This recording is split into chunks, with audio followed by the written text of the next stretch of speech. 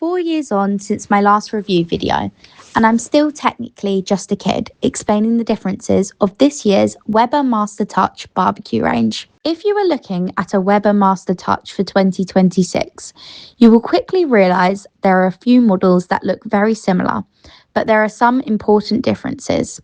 The 5750 is the best value and most popular choice, available in black only. The 5755 gives you colour options and stainless steel grates. The 6755 crafted gives you a larger 67cm diameter grille. Finally, at the top of the range, we have the Weber Master Touch Premium models. These come with built-in lid hinges, and thanks to the charcoal ring and diffuser plate, you can grill, roast or smoke on this grill.